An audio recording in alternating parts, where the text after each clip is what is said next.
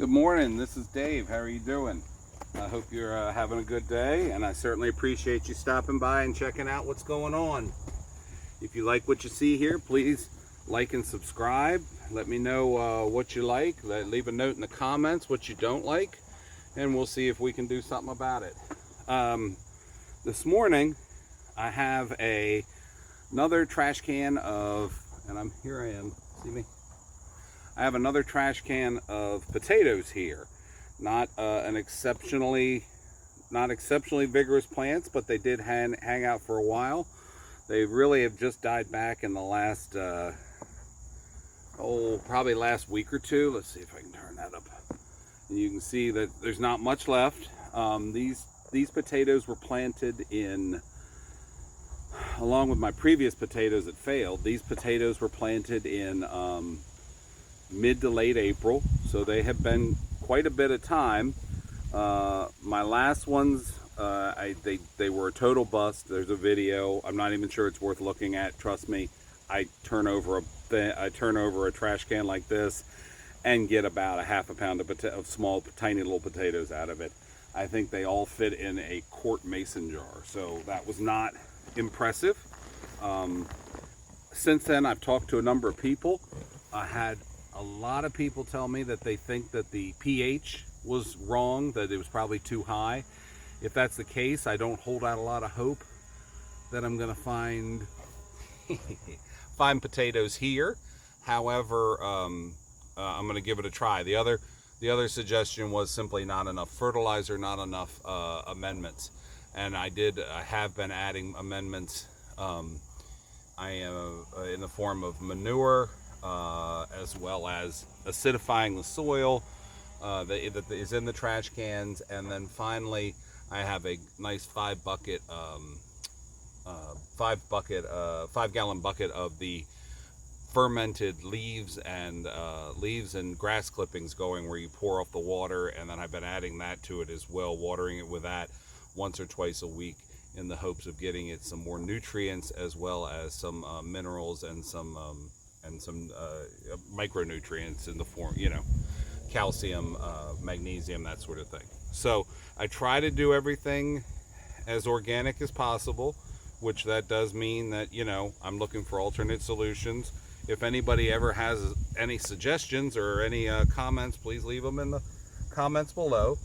And I'm going to go ahead now and turn this trash can over, and we'll see if we have anything. I'm hoping we do, but I'm worried we don't. So let's give it a whirl here.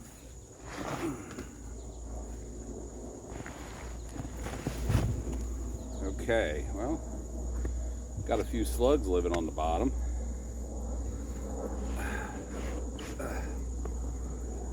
So here's my trash can. Set that back there.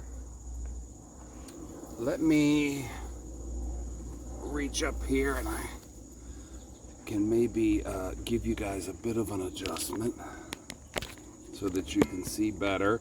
I promised with my last video, which was done without a tripod, that I would get a tripod, and as you can see, I did.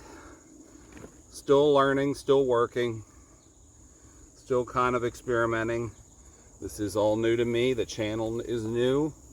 The content is new. I'm trying to do things and show basically how we can homestead and at least get partially prepared for things that may happen, while still having a job, still having other commitments, and not just living on a farm. Don't get me wrong.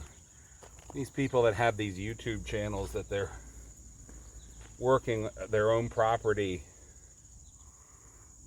Here's one of the seed potatoes, but there is no potatoes here. So I'm going to talk about other stuff while we dig through here, in the hopes of maybe even finding something, but so far not so good. Anyway, as I was saying, my goal I would love to be able to work full-time at home here, grow my own food. I've got some chickens. You've seen a few of the videos. There's another one. It grew quite well from the seed potato, but there were no potatoes. And that's my goal. And I think that's probably a lot of our goals if you're watching videos like this, that you want to be able to run your own homestead. But the reality of the situation is sometimes you can't. Sometimes you have you know, commitments, money, that sort of thing. So while we're working towards doing that, I am working hard and I'm trying to do both. And so far, I've done pretty well this year with peppers, and I've done pretty well with some tomatoes. But I am striking out on potatoes. So this was another bust, and this was another, it's a learning experience. So hang on one second, let me grab you. Oh. Yeah, it's a learning experience. So we've continuing to work here. Here's some of my runner beans. You can see them. I continue to work here to learn what I need to learn, and not to get real political, not to get real philosophical even, but things do feel differently now than they have in the past, and I am working hard to secure knowledge and to secure information and skills that I may need in the future, just maybe supplement my income or supplement my family's well-being. So we have that. I feel like it's an added urgency. Not everybody does. Some people, there's a lot of people with YouTube channels far bigger than mine, because mine's literally 0 right now. But they're saying the same things, and they've been doing food sufficiency, and they've been working their property and working their land, and we're all watching the same news, and we're all trying to decipher and discern the same information, trying to figure out what we're being told is correct or true, and what is possibly fabrication, what is possibly what's the word? Fabrication or exaggeration, or possibly told with a political motive or some other motive. I don't know. I don't worry about that. What I worry about is me and my family, and looking at the world around me and trying to make sure that we have what we need to be successful, and to take care of not only our physical, but our spiritual and emotional lives. So that's probably more than I wanted to go with that. So I'm going to turn you around here for a sec. Great big finger up there. And I'm going to show you, this is my runner beam. I've got it, and I didn't even know what it was going to be. So if you see, he looks like I got to do a little weeding. It seems like I always have to do a little weeding. But you can see right up to the top here, he's growing up this candle panel. And I apologize, I got a glare on the screen, so I'm trying to see what you're seeing. But that's my bean, and he's called Sam. And you're going to ask me, why is he called Sam? And I'm going to tell you, because, oh look, a rogue lettuce popped up, bib lettuce. My runner bean Sam is one of about 25 beans that I planted from a bag of Sam's black beans. I say Sam's, they were from Walmart, and I planted them, let's see here, dry beans, soaked them in water, planted them. Then I started growing them. Let's see if I can get you in focus. Started growing them, and here's what I got. It's the only one out of 25. Out of 25, I probably had about maybe 8 that actually sprouted. And then I had, out of those 10 or 8, only this one survived. So these are my some of my other beans that are really finally starting to take off. They seem so slow early in the season, and they're tucked in with a couple squash plants and zucchini. But they're doing their thing. My carrots, oh, they need to be thinned and overgrown. They're overgrown too. Everything always needs to be weeded. These are my other sweet potato plants that I was talking about. They're the ones that are the traditional, what we think of as Thanksgiving, orange fleshed. They were simply called pumpkin pie yam, is what they call it. Pumpkin yam sweet potato. I'll have to go back and look at my records and see what they were. Over here, just to give you the tour here, this is a walking green corn. I showed a video of this, probably about a month or so ago, and man, it was only about 4 inches tall. Well, here it is now. It's tasseled, as you can see. It's got some good tassels.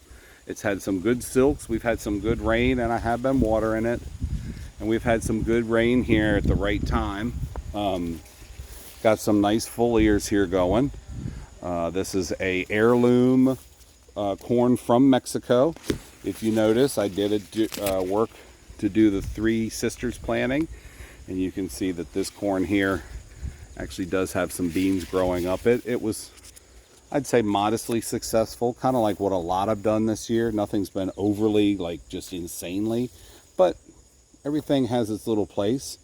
I'll tell you what I do, besides shaking these ears, shaking these tassels all the time to make sure the silks get fertilized, is when I see a silk that's new, I'll grab one of these little tassels like this, and he was kind of bent over and kind of ratchet looking. So what I do is I take that, we're going to take it right down here. You see the silks? See how those silks are nice and green and vibrant?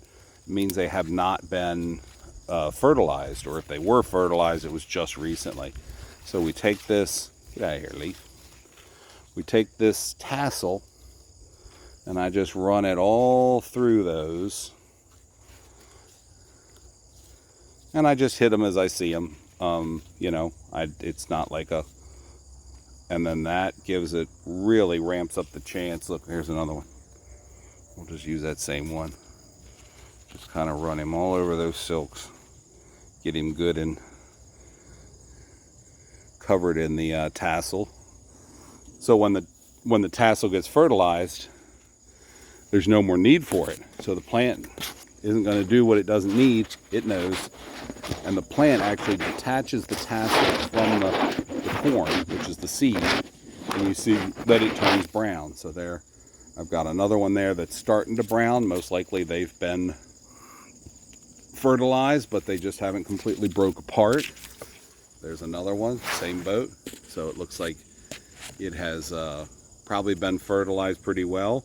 And then there's another one right in here, and that ear's growing nice. I can feel the kernels through the husk. So that's a little of that. This is a walking green right next to it, and it is tasseling out, and I really thought I had separated these enough, because you can see I'm not doing any cutting on videos. I don't even have video editing equipment. You can see we're right here. There's a cattle panel, and there's corn growing on either side. This is called Johnson County White. It is another heirloom seed. It has started tasseling just recently like crazy, but we really only got a couple silks going here. But you can see it is getting them good. I do plant it very close. My experience with corn, like the potatoes and a lot of these other nutrient or calorie dense crops, I just never planted them because they were easily accessible. Where I live in Maryland is heavily corn country, and in the summer you can buy sweet corn for 75 cents an ear. It's just not something that's critical. So what we'll do is we'll take these and just kind of give them a shake, because all those tassels look good. I don't want to, none of them look damaged. I don't want to break them off, because they'll keep producing the male, well, the equivalent of sperm. But once you break one off, obviously that's it. So I got a few there going. It's still got a lot of silks to go. Out there, you can see straight ahead of you is my small patch of bloody butcher. same deal, doing the same thing. I planted 3 different kinds just to try to see what would grow well and what would not, maybe not grow well. And so far we seem to be doing very well. Hang on, let me shake another for that one. And I'm hoping my beans are going to come on here. They've been lackluster, but they are now suddenly trying to come on. We got it's an Amish cantaloupe. I'm going to have to sling that up. And look, there's another little baby one right there. They're growing like crazy. I've got a few up in there. This is a ladder from an old tree stand I had that broke. For those of you who know what a tree stand is, it's the 2 parts of the ladder that would connect together, and then I've just got them zip tied up here so they form a tripod. For those of you, I guess, who don't know what a ladder stand is, it is a stand that you lean against a tree and put up to climb up in order to hunt, mostly to hunt deer. Look at that little guy right there. And this was an old one I had that just had become unsafe for various reasons, and so I've repurposed it this year into a trellis for my cantaloupes. Finally, I've got, got some bush beans here. They've been doing okay. They got beat up a little bit as well, just like the sweet potatoes in the other video I showed you. They beat up with some Japanese beetles and that sort of thing.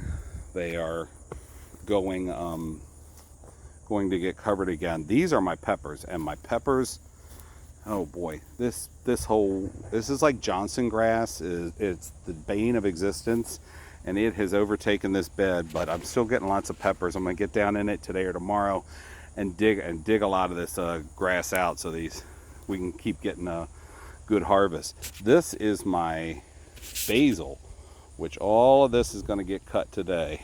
We're going to cut all this, put it out to dry, and use a lot of it fresh here. What we can, put the rest out to dry. It's everywhere. I sprinkled the seeds just liberally right between the pepper plants after they started growing, and we've just got, there's another basil.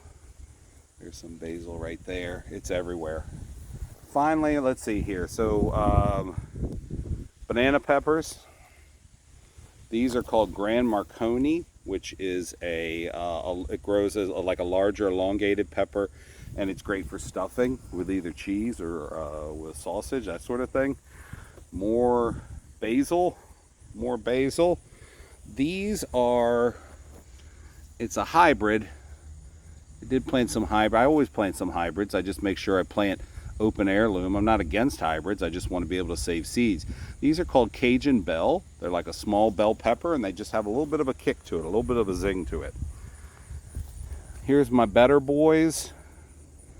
Again, another I planted some crumb and some Siberian tomatoes. They did not do well this year, but these better boys are really starting to kick in. And then back in here, we got some jalapenos. They're getting a little overtaken by weeds also. And then these are more of the ones, the Cajun bell that I told you. Well, they got some nice flowers on them, and they are looking good. So now what started as a potato harvest that went bust, I've kind of turned, I guess, into a whole garden tour. So out here, that is my brown turkey, one of my brown turkey fig bushes. I do leave, if you see, I do let the grass grow here. You can see that's, I hope you can see that. You can see that purple, those are bachelor buttons that are just sewn right into the lawn. I let them grow up every year in that patch because the bees do like them. There's my other brown turkey fig right there. So I have 2 right there. I also have 3 black mission fig plants that are still in pots that I've been working all summer, and they are going to be put out as well. Figs are, boy, if you're looking, people talk about planting fruits and perennials and that sort of thing, and I have some blackberries, and we have tons of wild blackberries around also, and they do seem to be doing well. I also planted some dwarf apple trees. They're doing well.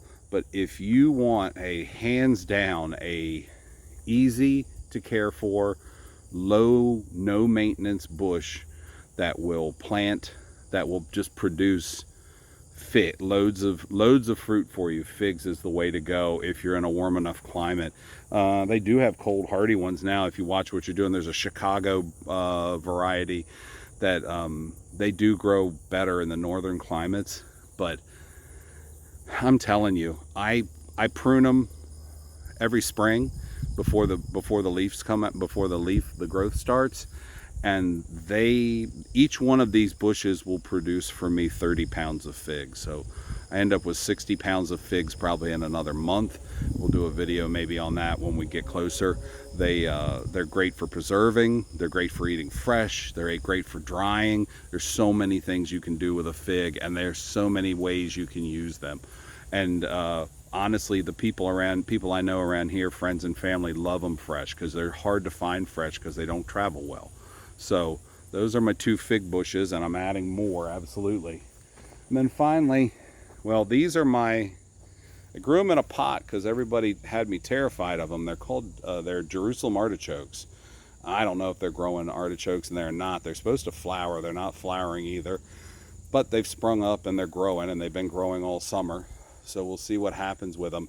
The reason I was terrified of them is I've been told over and over that they will just take over if you don't get everyone out of a plot, and I didn't want to deal with that.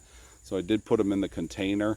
We'll see next year. Maybe I'll give them their own bed, their own little section of life, of the world.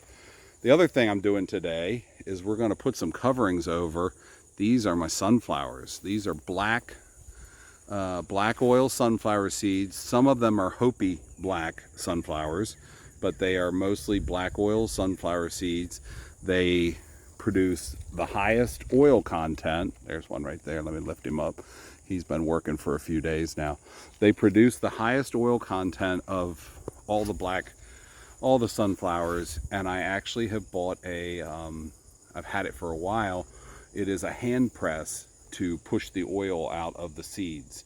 And you push the oil out of the seeds, collect the oil, strain it and collect it, and then the cake, what's left over, it can easily be used in a compost pile, but even more so for me, it's gonna go towards chickens. That's gonna be quite the treat for my chickens when my chickens start laying, especially this winter. They're gonna start laying right around November, because I did get them late, but they're gonna that'll be a nice treat for them, a nice energy boost. So that's about everything. It's not perfect. It's not perfectly weeded. I promise you that. Oh man, I could show you some stuff. Like, look, see that? That's all grass in my Roma tomatoes. I do what I can. I do the best I can, and that's all anybody can do. And that's certainly all you should be doing. Let's turn around here. Is doing what you can. Don't let somebody beat you up and tell you that you have to kill yourself. Don't let somebody beat you up, tell you that you or the other side, I guess, tell you that you're doing too much and that everything's fine in the world. I'm not sure everything's fine in the world. Again, I don't want to go there, but we all need to do what makes us comfortable and what we enjoy doing. I'm out here because I enjoy it. I do. It's hot. It's a lot of work, but I do like this feeling of satisfaction when I can bring in produce, vegetables, fruits, and preserve those and have those all winter long. So I think most likely, if you're still watching this, you feel the same way, and God's bless you, because I know you're working hard, and I know you're doing everything that you can. And this weather has been, for most of the country, been just absolutely brutal. I've been dealing with it. I know that plenty of other YouTubers have been talking about it, and just hopefully hang in there, and we'll all just have to see what happens. Thank you. Thanks for stopping by. I appreciate your time. Again, if you like what you see, please by all means like and subscribe, and let me know what I can do to make things better. And have a good day.